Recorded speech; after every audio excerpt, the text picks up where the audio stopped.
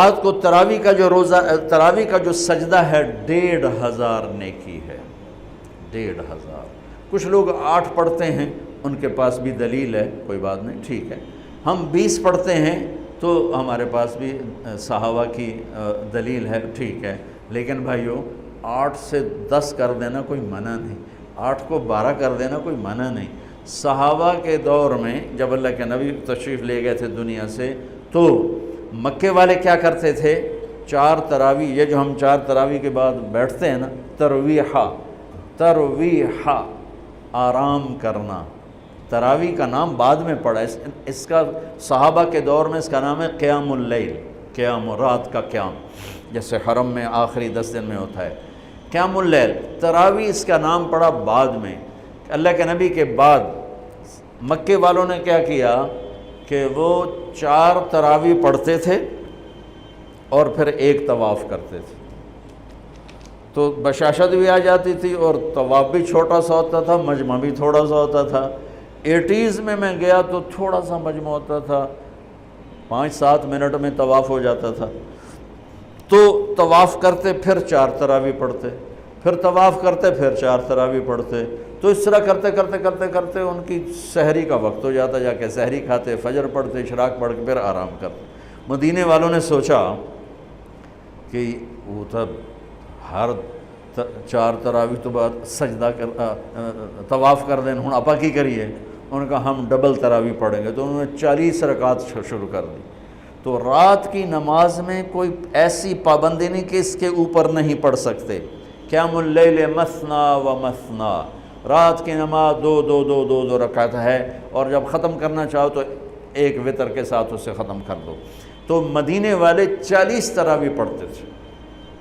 شیخ عطیہ سالم رحمۃ اللہ علیہ مدینہ کے بہت بڑی ہستی تھے، اور ان کا مسجد نبوی کے اندر درس ہوتا تھا، اور مجھے ان سے فائدہ اٹھانے کا موقع ملا کہ میں جب حج پہ جاتا تھا پہلے تو 1 مہینہ تقریباً مدینے میں قیام ہوتا تھا، تو روز میں ان کے درس میں جا کے بیٹھتا تھا۔ جب کہیں میرا کوئی بیان طے نہ ہوتا تھا تو وہ علم کا ایک بہتا ہوا دریا تھے، اللہ ان کے درجے بلند فرمائے، اور بہت عجب خزانے ان سے ملے جھولی بھرنے کے لیے۔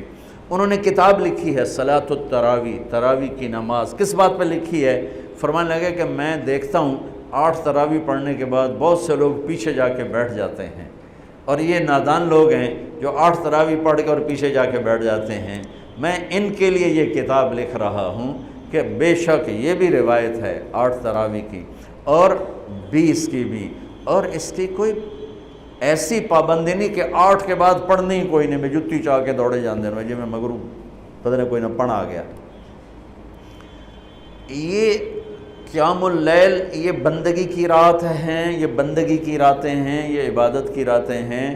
آپ 2 پڑھو تو بھی تراویح ہوگی، 4 پڑھو، 8 پڑھو، 10 پڑھو، 12 پڑھو۔ میں نے مدینے کا انہی کی کتاب سے بتا رہا ہوں صلاۃ التراویح، مدینے والے 40 رکعت پڑھتے تھے، اور تراویح کا لفظ ہی 12 سے اوپر پہ آتا ہے، چونکہ ترویحہ ایک آرام کو کہتے ہیں، تھوڑی دیر کے لیے آرام، ترویحہ، ترویحتان 2 دفعہ آرام کرنے کو کہتے ہیں، اور تراویح 2 سے زیادہ دفعہ آرام کرنے کو کہتے ہیں۔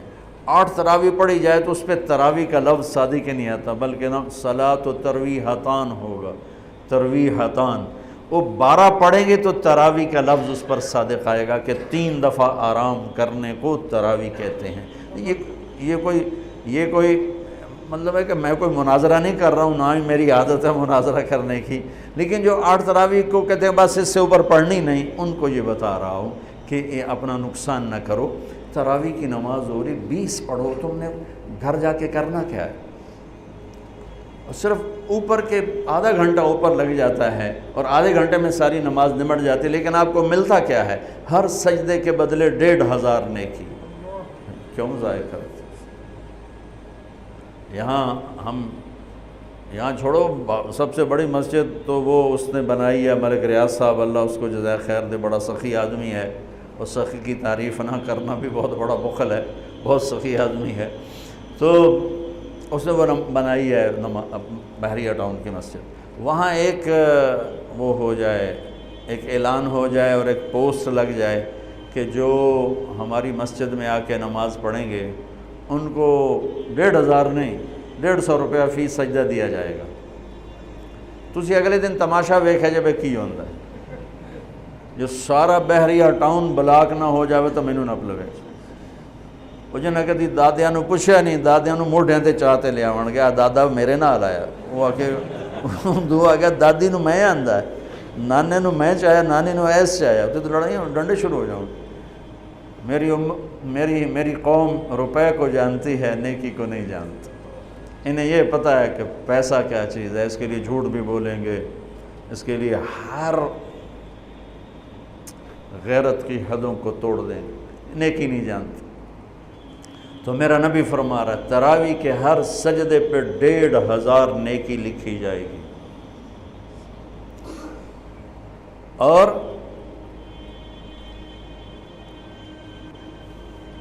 تراویح کے ہر سجدے پر جنت میں ایک گھر ملے گا جس کے 60,000 سونے چاندی کے دروازے ہوں گے. جس گھر دے 60,000 بو ہوں وہ تو فیصل آباد تو ہی وڈا ہوئے گا. اور ہر تراویح کے سجدے کے بدلے میں ایک درخت لگے گا جنت میں جس کے نیچے 100 سال عربی گھوڑا دوڑ سکے. بھائیو کیوں نقصان کرتے؟ 8 پڑھو کوئی مسئلہ نہیں، 10 پڑھو کوئی 12 پڑھو 20 کی 40 پڑھو کوئی مسئلہ نہیں، کیونکہ اس میں شریعت نے کوئی رکاوٹ نہیں بنائی. یہ رات کی نماز ہے. میں نے آپ کو مدینے والوں کا عمل بتایا، مکے والوں کا عمل بتایا کہ وہ طواف کرتے تھے تراویح کے بعد طواف. اس سے یہ ترویحہ چلا ہے. اس کی یہ لفظ تراویح کا لفظ بعد میں آیا ہے، ورنہ اصل نام قیام اللیل ہے. لیکن یہ کہنا کہ تراویح کی نماز ہی کوئی نہیں ہے تو بہت بڑی حماقت اور بہت بڑی نادانی کی بات ہے. اللہ تعالیٰ پوری امت 1400 سال سے ایک عمل کو لے کے چلی آ رہی ہے، اسے یوں کہہ دینا کہ نماز ہی کوئی نہیں.